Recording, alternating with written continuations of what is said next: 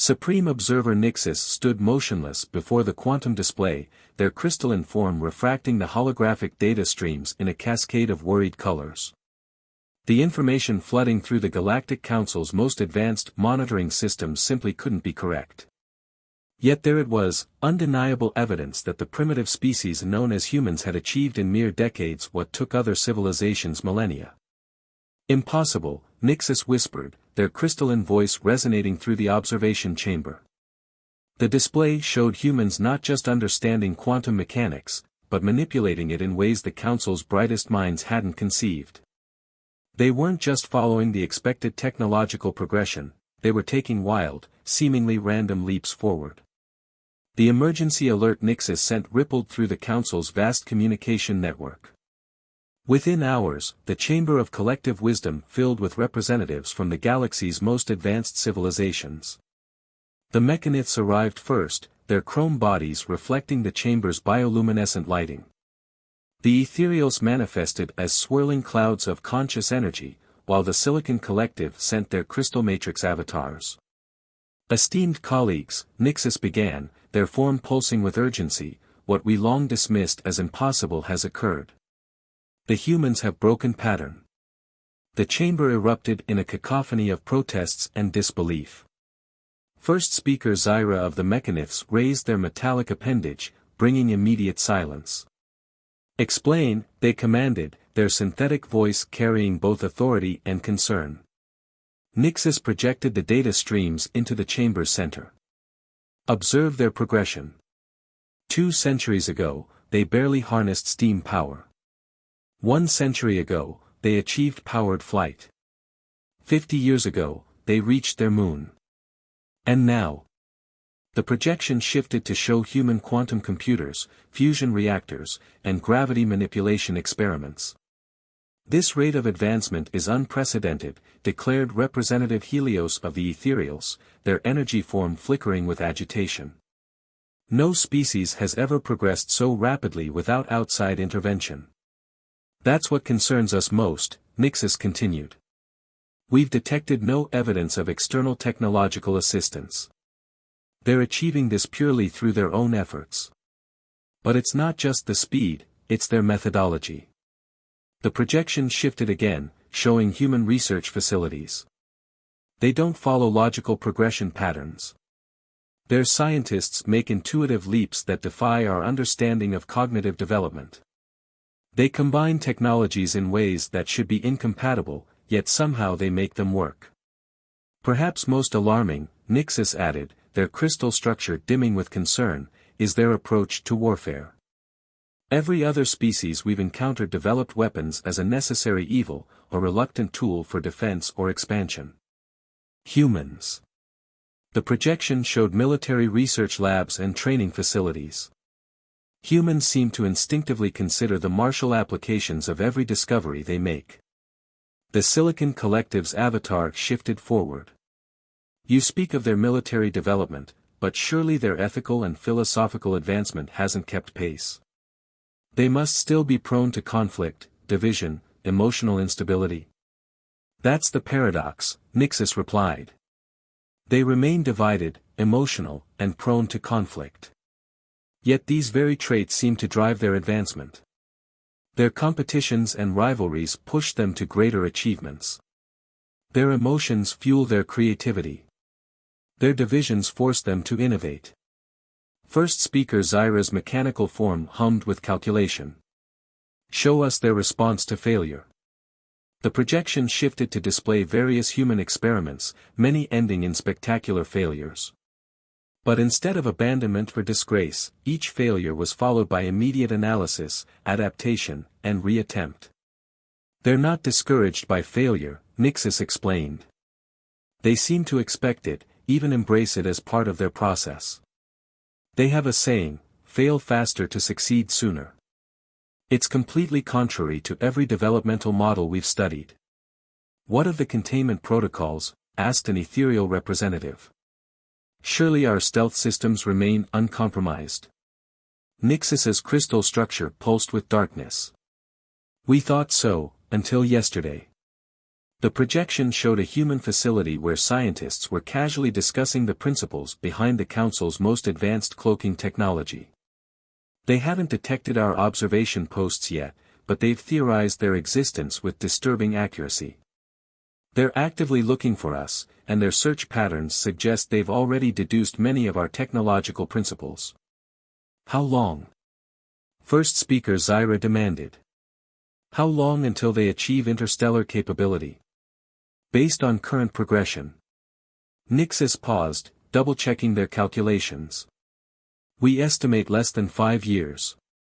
But given their pattern of unexpected leaps forward, it could be much sooner. The chamber erupted in concerned communication. Species that had watched over humanity for centuries, confident in their superiority, now faced a troubling reality. The humans weren't just advancing, they were accelerating, and their trajectory suggested no upper limit to their potential growth. We must decide, Nixis declared over the chaos. Do we continue to watch and wait? Do we attempt contact? Or do we implement containment protocols before they reach beyond their solar system? The chamber fell silent as the implications sank in. Containment would mean aggressive intervention, something the Council hadn't attempted in millennia. Contact risked exposing their own civilizations to humanity's unpredictable influence. Yet waiting might allow humans to develop beyond their ability to control. As the debate began in earnest, Nixis returned to studying the data streams. Something about the humans' research patterns troubled them deeply. It was almost as if they were preparing for something. Not just reaching for the stars, but readying themselves for what they might find there. And perhaps most worrying of all, they seemed to be enjoying the challenge. Deep within the Galactic Council's analysis chamber, Intelligence Director Rax of the Mechanith Empire interfaced directly with the quantum mainframe, their cybernetic consciousness processing thousands of observation reports simultaneously. Each new data point about human behavior and capability only heightened their concern. Display Assessment Protocol 7, Rax commanded, their synthetic voice echoing through the chamber. The air filled with holographic projections showing human military exercises, scientific breakthroughs, and social interactions. Representatives from 12 of the most advanced civilizations studied the displays with mounting unease. Their warfare simulation protocols are unusual, noted quantum theorist Venna, her plasma-based form shifting nervously. They don't just plan for victory, they actively simulate failure scenarios and develop contingencies for every possible defeat. Rax's mechanical form hummed in agreement. More concerning is their approach to asymmetric warfare. Observe this historical pattern. The display shifted to show centuries of human military conflicts.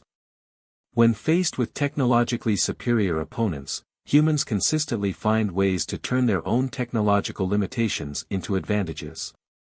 The assembled analysts watched as historical armies adapted primitive tools to overcome advanced weapons, as guerrilla fighters developed ingenious countermeasures against superior forces, as outdated equipment was modified in unexpected ways to achieve surprising victories. They think differently, contributed bioarchitect Lysander, their organic consciousness streaming through a synthetic avatar. When we develop technology, we follow logical progression paths. Humans, they make intuitive leaps.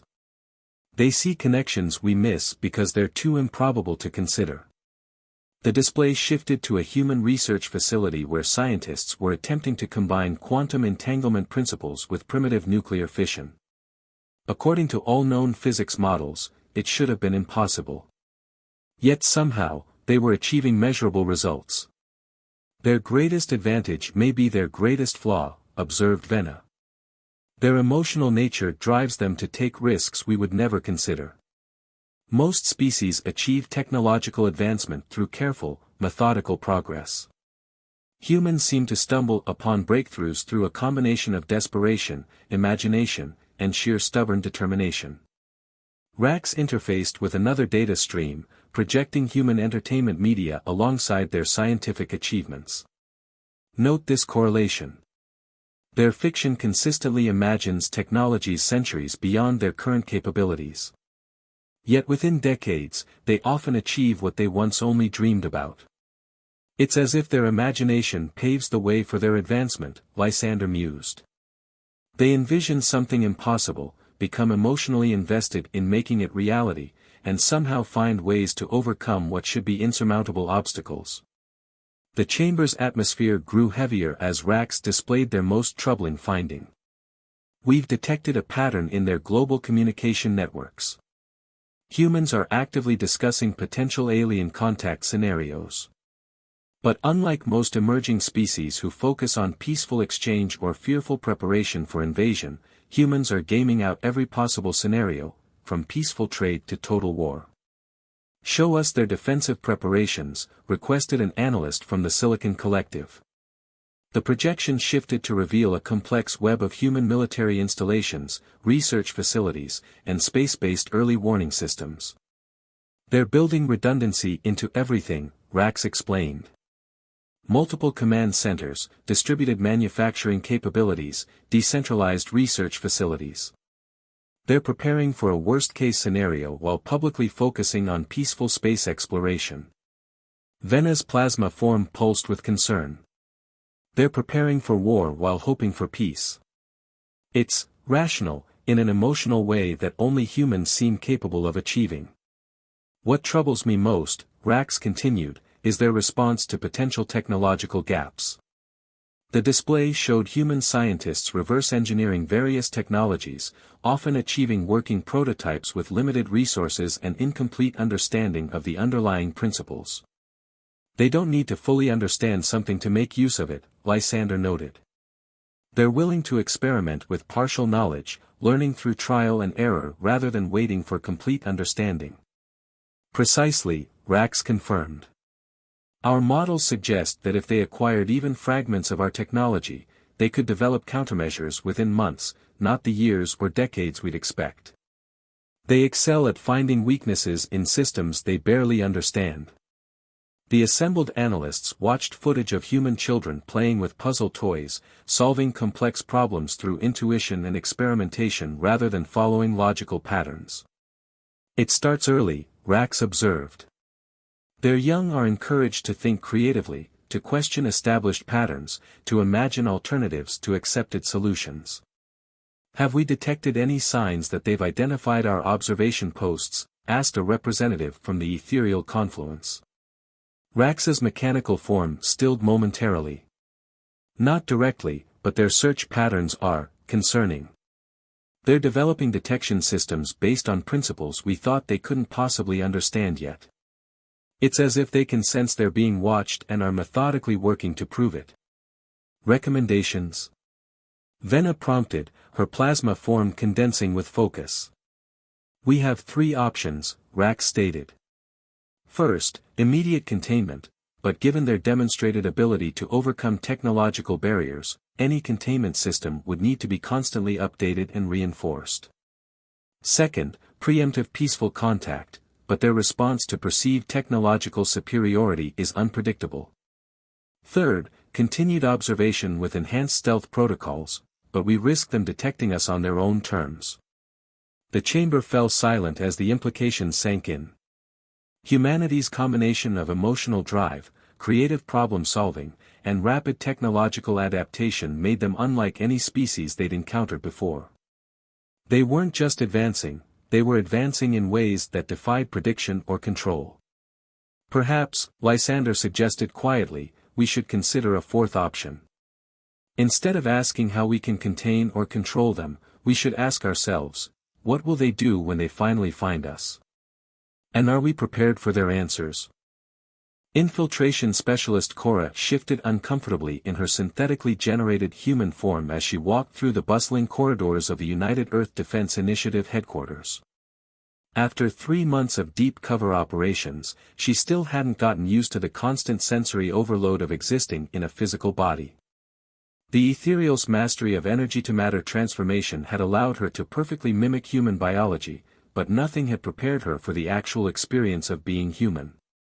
Her current assignment was simple: pose as a low-level data analyst and gather intelligence on humanity's true technological capabilities. Yet with each passing day, her reports to the council grew more disturbing. "Lieutenant Rivers." A voice called out to her cover identity. She turned to see Admiral Patel approaching, his weathered face bearing a knowing smile that made her artificial pulse quicken. "I need your analysis of those anomalous sensor readings from the Kuiper belt." "Of course, sir," Cora replied, maintaining her calm facade while her mind raced.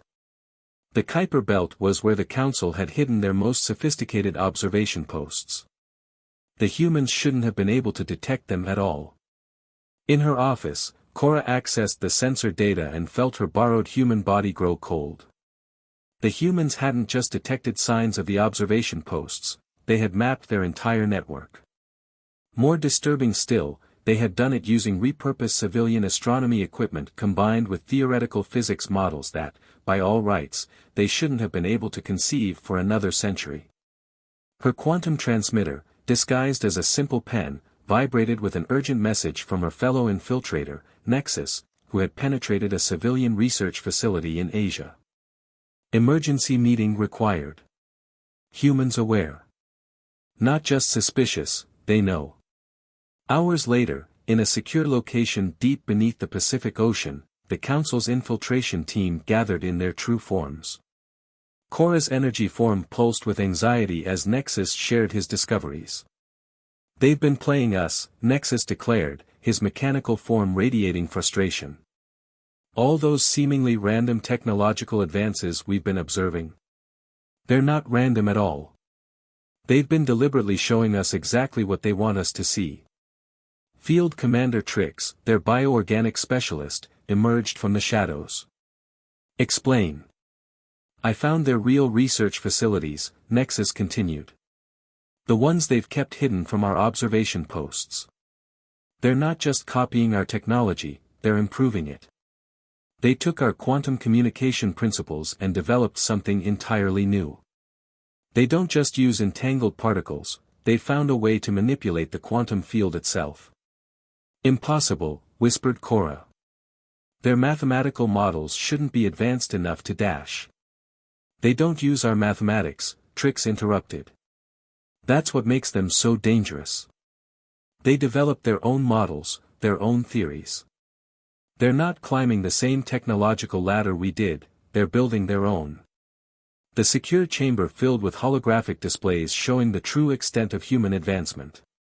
Hidden laboratories across the globe were pushing the boundaries of physics in ways that defied conventional scientific progression. Military installations, carefully shielded from conventional observation, were training soldiers for cosmic warfare using techniques that combined primitive human combat with advanced technological adaptation. "But how did they know to hide all this?" Cora asked. "How did they even know they were being watched?" Nexus projected a series of human documents dating back over a century.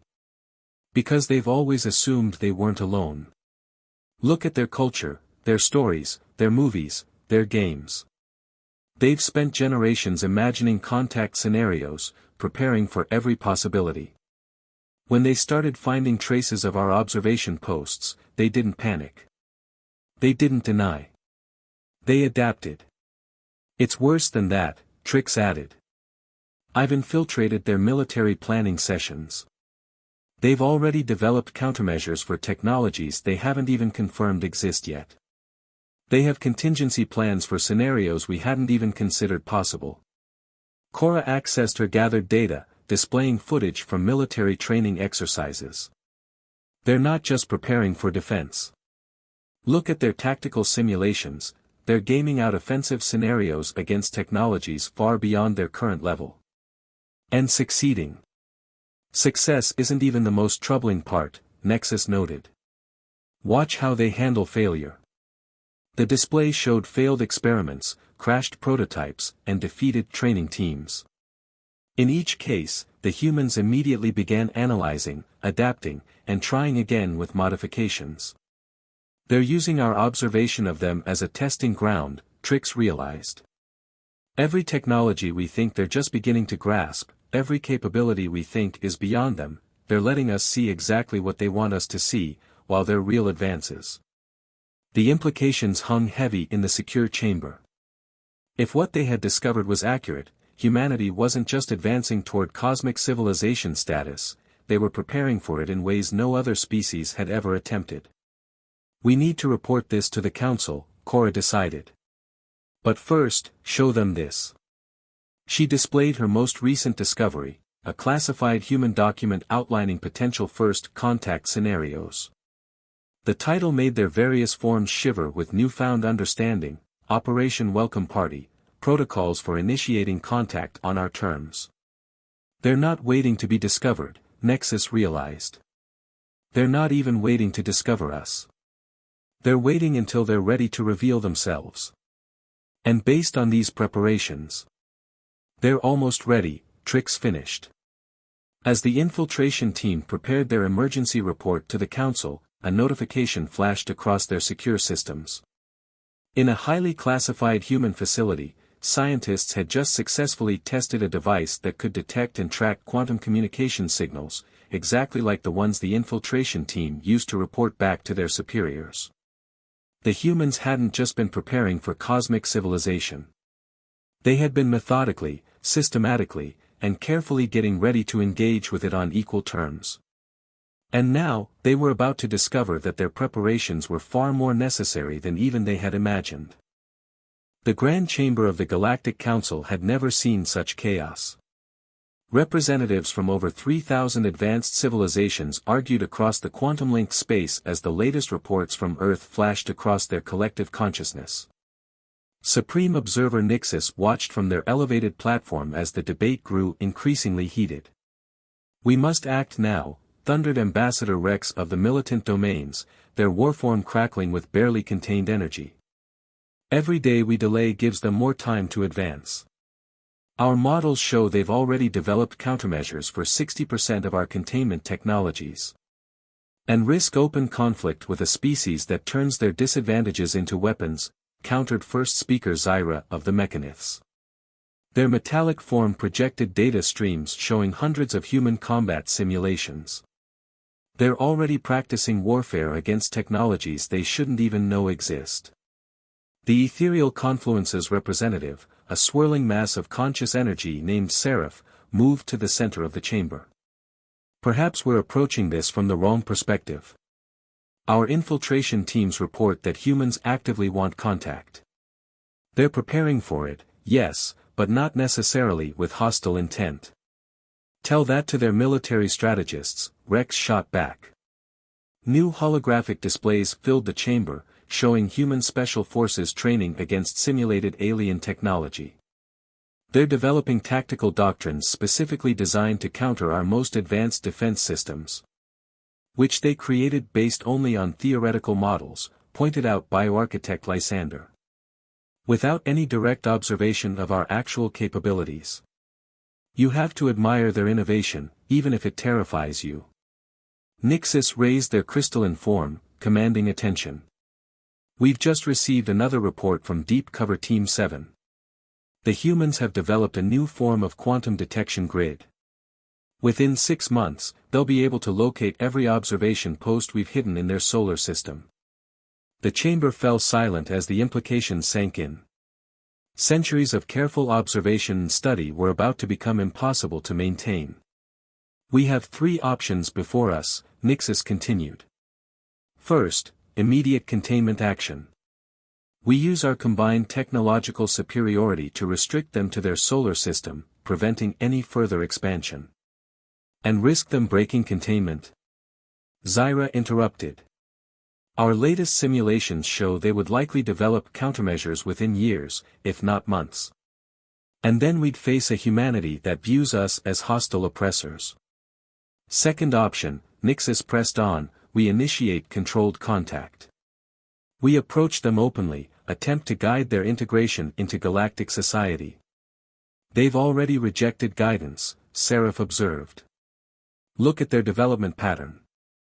They don't follow established technological progression.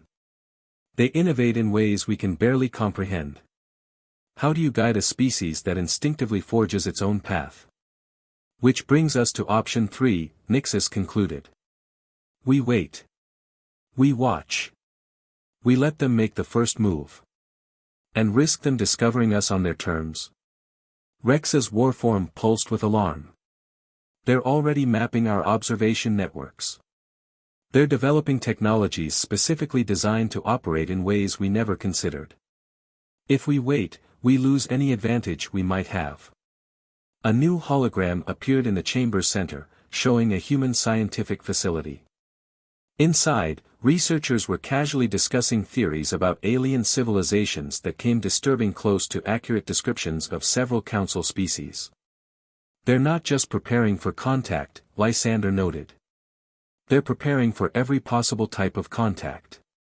Their entertainment media alone has explored thousands of first contact scenarios. They've been rehearsing this moment for generations. That's what troubles me most, Seraph admitted. Most species reach for the stars with wide-eyed wonder. Humans reach for them with one hand while keeping the other on their weapons. They hope for peace while preparing for war. How do we deal with a species that defies all our expectations? The chamber's quantum displays shifted, showing human children playing with puzzle toys, solving problems in ways that defied standard learning patterns. Next to this, military personnel adapted civilian technology for combat applications with surprising creativity. Scientists combined seemingly unrelated theories to achieve breakthrough results. Look at how they learn, Zyra observed. They don't just accept or reject new information, they play with it. They take it apart, recombine it, find applications we never imagined. If we attempt contact, everything we show them, everything we teach them, they'll transform in ways we can't predict. And if we try to contain them? Rex asked, their warform dimming slightly. They'll likely break free, Nixis answered. And then we'll face a humanity that has overcome our best containment methods and learned from the experience. Every restriction we place on them becomes a puzzle for them to solve, a challenge to overcome. The chamber erupted in fresh debate.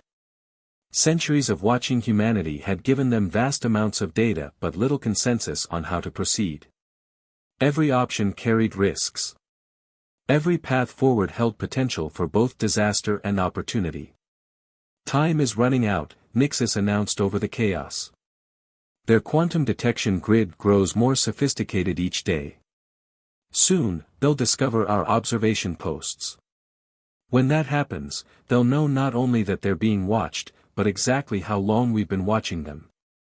Perhaps, Seraph suggested, their energy form shifting thoughtfully, we should consider what they might do in our position. They excel at gaming out scenarios, at imagining possibilities we overlook. The chamber grew quiet as recordings of human strategic planning sessions played out before them. They watched as human analysts proposed and debated responses to hypothetical first contact scenarios that mirrored the Council's current dilemma with disturbing accuracy. They're not just getting ready to meet us, Lysander realized. They're getting ready to understand us. To deal with us on equal terms, regardless of our technological advantages. As the Council debated, Earth's quantum detection grid expanded its reach into space. In hidden facilities across their planet, humans fine-tuned technologies that would soon make it impossible to watch them unobserved. The time for merely deciding what to do about humanity was rapidly running out. Soon, whether the Council was ready or not, they would have to face a species that had spent generations preparing for this moment, a species that combined hopeful curiosity with pragmatic preparation in ways that defied all their expectations of how an emerging cosmic civilization should behave. The message that changed everything arrived while the Galactic Council was still debating what to do about humanity. It was simple, direct, and sent simultaneously to every cloaked observation post in Earth's solar system. We know you're there. Let's talk. The transmission came from a previously undetected human facility on Mars, using a communication method that somehow combined quantum entanglement with technologies the Council had never considered viable. More shocking than the message itself was the realization that humans had managed to identify and target every single hidden observation post without revealing they had this capability. Supreme Observer Nixis stood before the hastily assembled emergency session of the Council, their crystalline form vibrating with barely contained anxiety. They're not just asking for contact. They're demonstrating their readiness for it. The chamber's quantum displays showed the Mars facility powering up previously concealed systems. Dozens of similar installations across Earth's surface were suddenly dropping their camouflage, revealing technological capabilities far beyond what the Council had believed humans possessed. They've been waiting, first speaker Zyra realized, their mechanical form processing the implications. They could have revealed these capabilities months ago. They waited until they were certain they could detect all of our observation posts. Until they were ready. The human transmission continued, flowing through channels that should have been secure. We understand you've been watching us. We've been watching you watch us. We suggest a meeting on neutral ground, the dark side of Earth's moon. Our preparations are already in place. We'll be waiting for your response. Infiltration Specialist Cora, recently extracted from her deep cover mission on Earth, interfaced with the Council's systems. During my infiltration, I discovered references to something called Operation Handshake. I thought it was theoretical. It wasn't. They've been preparing this first contact scenario for years. The Council watched as humans began activating a series of installations across the lunar surface, installations their observation posts had somehow missed completely. The technology on display showed an unsettling mixture of familiar Council principles and completely novel human innovations. They're not just matching our technology, bioarchitect Lysander observed. They're showing us they can innovate beyond it. This isn't just a request for contact, it's a demonstration of capability. More than that, Seraph added, their energy form pulsing thoughtfully. Look at the location they've chosen. The dark side of the moon. Limited escape vectors, no direct line of sight to Earth. They're demonstrating trust while maintaining tactical awareness. They're literally meeting us halfway. The Council's urgent deliberations were interrupted by a new transmission, this one even more surprising than the last. The humans had begun broadcasting their own historical observation records, detailed files showing they had identified and tracked Council observation posts for far longer than anyone had suspected. They're showing us what they know, Nixis realized. And what they chose not to do with that knowledge. The human records revealed dozens of instances where they could have disabled or destroyed Council observation posts. Times they could have captured alien technology for study. Opportunities for advantage they had deliberately passed up in favor of careful preparation and measured response. We accept your invitation, Nixis transmitted finally, after receiving the Council's authorization. The response came instantly, suggesting the humans had prepared for every possible answer. The meeting site on the lunar surface defied expectations. The humans had constructed a facility that somehow accommodated every known Council species, atmosphere chambers for energy beings, gravity adjustments for silicon life forms, mechanical interface ports for synthetic entities. They had prepared for everyone, even species they shouldn't have known existed. The human delegation emerged from their lunar base with a confidence that bordered on unsettling. Their leader, a woman introduced as Director Reeves, smiled as she faced the assembled Council representatives. We've been hoping for this moment, she began, but we wanted to be ready for it. Really ready. You've known about us for years, Nixis stated. Why wait? Because we needed to understand you, Reeves replied. Not just your technology, but your perspective. We needed to know why advanced civilizations would spend centuries watching an emerging species without making contact. The human delegation proceeded to lay out their understanding of Council civilization, politics, and concerns, an understanding that proved disturbingly accurate. They demonstrated technologies that seamlessly merged Council principles with human innovation, showed training programs designed to facilitate peaceful interaction while maintaining defensive readiness, and revealed educational systems already preparing the next generation for cosmic civilization. You've been testing us, Zyra realized. Everything we've observed, your technological progression, your military preparations. We've been learning from you, Reeves confirmed. Every observation post you planted taught us something new. Every attempt to hide your presence helped us improve our detection capabilities. You gave us the greatest gift possible, time to prepare, to understand, to get ready. Ready for what? Seraph asked. Ready for this, Reeves gestured to the assembled gathering. Ready to join cosmic civilization as equals, not as subjects or students. Ready to contribute as well as learn. Ready to face whatever challenges come with this moment. The lunar facilities displays activated, showing the true extent of human preparation. Hidden shipyards constructing vessels that combined council technology with human innovation. Training facilities preparing specialists for interaction with alien species. Research centers developing new technologies that could benefit all civilizations. We want peace, Reeves continued. We want cooperation, trade, cultural exchange. But we knew we had to be ready for any possibility. You've been watching us long enough to know that's how we approach everything. By preparing for the worst while hoping for the best, Nixus observed. Exactly. Reeves smiled. We're not asking to join your council.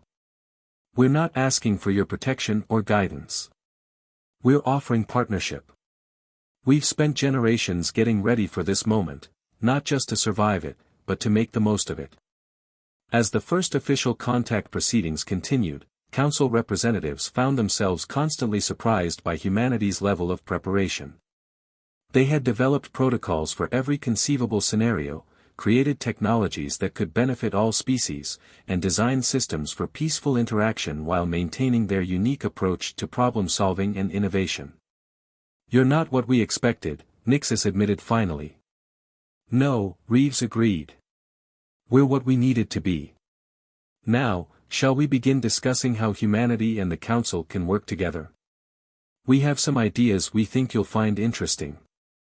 The lunar facilities systems hummed with activity as humans began sharing their innovations, their perspectives, their unique ways of approaching universal challenges. They had spent generations preparing for this moment, and now that it had arrived, they were ready to show the cosmos exactly what humanity could contribute. As the council representatives processed the implications of everything they were learning, a simple truth became clear: they had spent centuries watching humanity, trying to decide if humans were ready for cosmic civilization. They never considered that humanity had been watching back, preparing not just to join cosmic civilization, but to help shape its future. The era of observation was over. The age of collaboration had begun. And humanity, true to form, had managed to surprise everyone with their preparation for this moment, everyone except themselves.